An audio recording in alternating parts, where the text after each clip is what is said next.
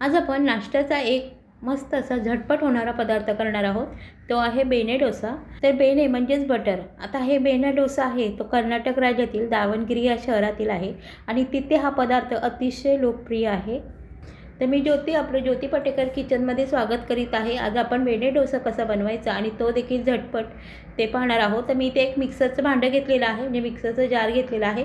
त्यामध्ये 1 कप आपल्याला तांदळाचं पीठ घालायचं आहे. त्याबरोबर अर्धा कप आपल्याला बेसन पीठ घालायचं आहे. यामध्ये इथे मी एक मध्यम आकाराचा बटाटा छान असा चिरून याची सालं काढून घेतलेली आहे आणि याच्या फोडी केलेल्या आहेत मध्यम साईजच्या. आणि 2 मी लाल सुक्या मिरच्या अर्धा तास भिजवून घेतल्या होत्या. अर्धा कप दही घालायचं आणि अर्धा कप आपण पाणी घालायचं. हे एवढंच साहित्य आहे आणि त्याचं प्रमाण देखील तेवढंच आहे. खूप साधं सिंपल आहे. तर आता हे मिक्सरमध्ये अगदी छान आपल्याला बारीक वाटून घ्यायचं. हे मिश्रण वाटतेवेळी जास्त पाण्याचा वापर करायचा नाही. थोडंसं घट्टसरच हे बॅटर आपलं राहिलं पाहिजे. हे पहा, अशा पद्धतीने अगदी स्मूथ वाटून घ्यायचं आहे. अजिबात असं जाडं भरडं वाटायचं नाही. खूप छान असं मध्यम कन्सिस्टन्सीचं बॅटर वाटायचं. आता हे 10 मिनटं आपल्याला झाकून ठेवायचं आहे, जेणेकरून हे छान असं भिजलं जाईल. 10 मिनटानंतर ह्यामध्ये चवीनुसार मीठ घालायचं आणि अगदी थोडासा म्हणजे पाव चमचापेक्षा सुद्धा कमी असं आपल्याला खायचा सोडा घालायचा आहे. 2 थेंब यामध्ये मी लिंबाचे रस घातलेले आहेत. दही घेताना आपण आंबटच घेतलेलं आहे, म्हणजे 1 दिवस जुनं दही मी इथे घेतलेलं आहे. त्याने आपल्या डोश्याला खूप छान अशी जाळी येते, जेणेकरून आपण डोसा छान असा स्पॉन्जी होतो.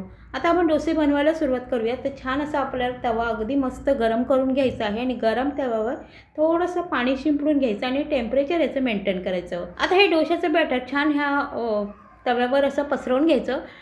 हा डोसा जास्तसुद्धा पातळ नसतो किंवा जास्तसुद्धा जाडा नसतो, असं मीडियम थिकनेसचा हा आपल्याला डोसा बनवून घ्यायचा. आणि डोसा पहा, जाळी आलेली आहे खूप सुंदर यावर. आता ह्यावर आपण 1 चमचावर तूप घालायचं. तुपाने याचा स्वाद अगदी छान येतो. आता हा डोसा आपल्याला चांगला असा खरपूस भाजून घ्यायचा आहे. याला अजिबात उलटसुलट करायचं नाही, एका बाजूनेच आपल्याला चांगला असा भाजून घ्यायचा. आता पहा, खूप छान याला रंगसुद्धा आलेला आहे आणि याला जाळीसुद्धा खूप छान आलेली आहे. आपला अगदी स्पॉन्जी डोसा इथे तयार झालेला आहे. आता राहिलेले डोसेसुद्धा आपण अशाच पद्धतीने बनवून घेऊया. अगोदर आपल्याला तव्यावर पाणी शिंपडून घ्यायचं आणि मग थोडासा म्हणजे 1-2 चमचे बॅटर ह्यावर पसरवून घ्यायचं. खूप छान आपले इथे डोसे तयार होतात. याला जास्तसुद्धा पातळ करायचं नाही किंवा जास्त जाडसुद्धा ठेवायचं नाही. अशा पद्धतीने हे डोसे तयार होतात. नाश्त्यासाठी झटपट होणारा हा पदार्थ आहे किंवा लहान मुलांना टिफिनमध्ये देण्यासाठी सुद्धा खूप छान पदार्थ आहे. तर इथे ह्या डोशासोबत खाण्यासाठी पिवळी बटाट्याची भाजी आणि ओल्या खोबऱ्याची चटणी बनवलेली आहे. तर खूप सुंदर हा नाश्ता आहे. तुम्ही एकदा नक्की रेसिपी ही बनवून पहा. आणि आजची ही रेसिपी जर तुम्हाला आवडली असेल तर चॅनेलला लाईक करा, शेअर करा आणि सबस्क्राईब करायला विसरू नका. धन्यवाद.